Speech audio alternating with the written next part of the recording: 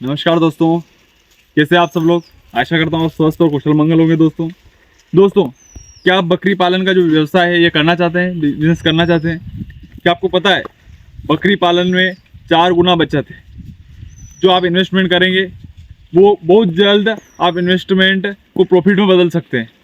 और ये अकेला ऐसा धंधा है जो कभी बंद होने वाला नहीं है, हमेशा चलता रहता है और स्पीड से आगे बढ़ रहा है। और आपको लगभग 4 गुना इससे फ़ायदा है। कैसे होगा, किस नस्ल की आप बकरी पे जाएंगे तब आपको ये फ़ायदा होगा, ये पूरी बात मैं इस वीडियो में बताने वाला हूँ। तो वीडियो के अंत तक बने रहें। दोस्तों मैं आपका दोस्त जसपाल सिंह राजपूत और आप देख रहे हैं पढ़ा लिखा किसान यूट्यूब चैनल। स्वागत करता हूँ इस वीडियो में। मैं आपको हर जानकारी जो है बारीकी से बताऊँगा, डिटेल में बताऊँगा। आप बिल्कुल मिस ना करें, स्किप ना करें। दोस्तों आपको जब बकरी पालन शुरू करें तो किस तरह से करें, किस हिसाब से करें। पहले आप स्टार्टिंग करें या तो 5 बकरी से करें या कम बकरियों से करें।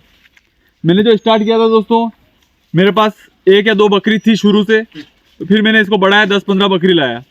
तो मैंने 10 से शुरू किया मान लो आप, और आप 5 से या 10 से शुरू कर सकते हैं।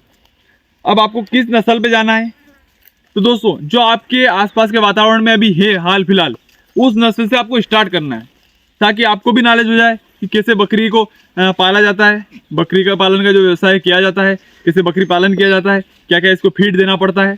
क्योंकि आप स्टार्टिंग में आसपास की जो माहौल की जो बकरियां लाएंगे, आपके आसपास के क्षेत्र से लाएंगे, तो आराम से आपके यहाँ ढल जाएगी और ज़्यादा बीमार नहीं होगी, ज़्यादा सुस्त नहीं रहेगी, ज़्यादा दुबली नहीं होगी, और अच्छे से आपको थोड़ा बहुत नॉलेज मिलता रहेगा। आपको जो आसपास से अनुभव मिलता रहेगा, जो सामने वाले से लाए हैं वो भी आपको अनुभव शेयर करेगा, क्या खाता है, जो आपके फीडिंग है आसानी से आपके एरिया में अवेलेबल होगी। तो इसलिए अगर आप बाहर से लाएंगे डायरेक्ट, उधर फीड अलग है, आपके इधर अलग होगा, तो हो सकती है बकरियों समस्या हो। इसलिए आप शुरुआत करें तो अपने क्षेत्र की बकरियों से करें। आपको ब्रीडिंग पे काम करना है तो आप इससे करें, स्टार्टिंग कर लें। लगभग 5-6 महीने तक उनको संभाल के देखें, आपको लगता है कि आप बकरी पालन कर सकते हैं, तब जाके अदर नस्ल पे जाएं। हमने शुरुआत की थी दोस्तों 10 बकरियों से, लगभग 10 से 12 हज़ार रुपये की हमको एक बकरी पड़ी थी। एवरेज बकरी का हमारा जो आया था, कोई से 8 हज़ार की पड़ी थी, कोई से 9 हज़ार की पड़ी। तो दोस्तों हम आसपास के क्षेत्र में हमारे जो हाट लगते हैं वहाँ से बकरियाँ लाए थे। देसी नस्ल की बकरियाँ हम लाए थे क्योंकि हमको ट्राई करना था कि हम संभाल पाते हैं या नहीं। दोस्तों हम जो ये बकरियाँ आप साइड में देख रहे हैं, देसी है, चरने में ज़्यादा इंटरेस्ट लेती है, क्योंकि इनको चरा लेते हैं तो ये अच्छे से इनका जो पाचन क्रिया सही होती है और हेल्दी रहती है चरने से। देसी नस्ल की बकरियाँ जब हमने साल भर इनको रखा, जो हमारा इन्वेस्टमेंट था 1 लाख रुपए, वो साल भर में ही हमने अर्न कर लिया। उसके बाद जो बकरियाँ थी हमारे फ्री हो गई। तो लगभग वो आप प्रॉफिट समझ सकते हैं, या फिर जो लाख रुपए हमने कमाए वो प्रॉफिट समझ सकते हो। दोस्तों साल में मतलब लगभग 7 से 8 महीने में एक बार बकरी भी आती है, बच्चे को जन्म देती है। एवरेज एक बकरी 2 बच्चों को जन्म देती है। हमारी जो बड़ी बकरियां थी उनने 3 भी बच्चों को जन्म दिया है, कोई छोटी बकरी थी उसने 1 भी बच्चे को जन्म दिया है। तो आप एवरेज मानो उनका, तो एक बकरी ने 2 बच्चों को जन्म दिया है। तो ऐसे में दोस्तों 7 महीने में 8 महीने में लगभग 2 बच्चे एक बकरी से, तो लगभग हमारे पास हो गए 30।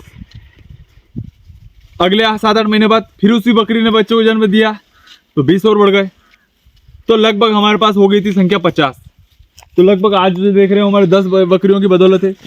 उसके बाद हम सिरोही नस्ल के जो ब्रीडर लाए थे, अजमेर गए थे भाई साहब, तो वहाँ से ब्रीडर लाए थे। जो ब्रीडर आपको मैं ओवरलेम बता दूंगा, उधर खड़ा है वो साइड से, तो मैं आपको ओवरलेम बता दूंगा ब्रीडर।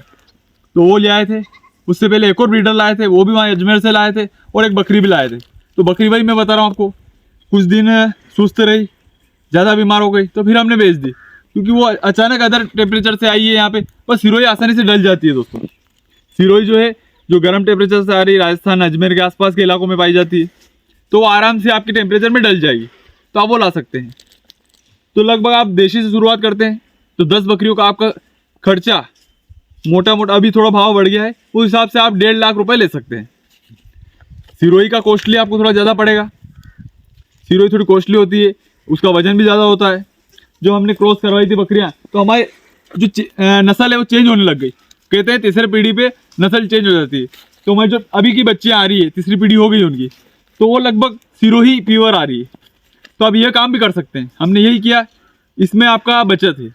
और अगर आप बाहर से ही बकरियां ला रहे हैं सब, तो वो तो आपके पास प्योर जो मटेरियल रहेगा प्योर ही रहेगा, जो नस्ल रहेगी प्योर रहेगी। तो दोस्तों उसका आपका बजट बैठेगा लगभग 25,000 एवरेज आप मानो अभी के हिसाब से। पहले 20,000 का मानना था, अब 25 मानो, अभी थोड़ा रेट बढ़ गया है। तो 25,000 एक बकरी का, 10 बकरियाँ आप लाते हैं तो लगभग 2.5 लाख रुपए आपका जो कॉस्ट है सिरोही बकरी पे। उसके बाद आप बड़ गुजरी ला सकते हैं, जमुनापरी ला सकते हैं। पर आप एक बार देखें कि आपको जो टेम्परेचर में कौन सी है सूटेबल रहेगी।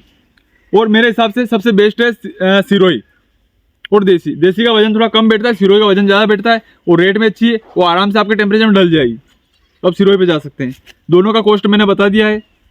एक बकरी जो है आपकी एवरेज 12 से 13, 12, 10, 12 हज़ार रुपये जो देसी बकरी पड़ेगी, और 25,000 के लगभग आपकी सिरोही बकरी पड़ेगी। तो फिर सिरोही बकरी आप अजमेर से लाएंगे या आसपास से कहीं लेते हैं वो बात अलग है। आप राजस्थान से लाते हैं तो उसका ट्रांसपोर्ट अलग लगता है, तो वो खर्चा आपको प्लस करके चलना है। उसके बाद दोस्तों अपन शेड की बात करें तो शेड में आपका लगभग 1 लाख रुपए वो मान लो आप, तो 2 लाख का आपका खर्चा हो गया। और जो आपको मैंने 1.5 साल का बताया, जो 40 बच्चे हैं वो तैयार हो गए, वो लगभग 1 साल में आपके तैयार हो जाएंगे। तो 40 बच्चों को अगर आप 10,000 में बेचते हैं तो 4 लाख रुपए आपके सूखे सूखे बच रहे हैं। तो आप उनको ना बेचें, आप उनसे ब्रीडिंग करें और बच्चे तैयार करें, तो आपका फार्म बहुत बड़ा हो जाएगा और आपको ज़्यादा फायदा होगा। और छोटे स्तर पर आप रखना चाहते हैं तो 10 बकरियों से आप रखें। तो यही कुछ था दोस्तों। उसके बाद फीडिंग की बात आती है।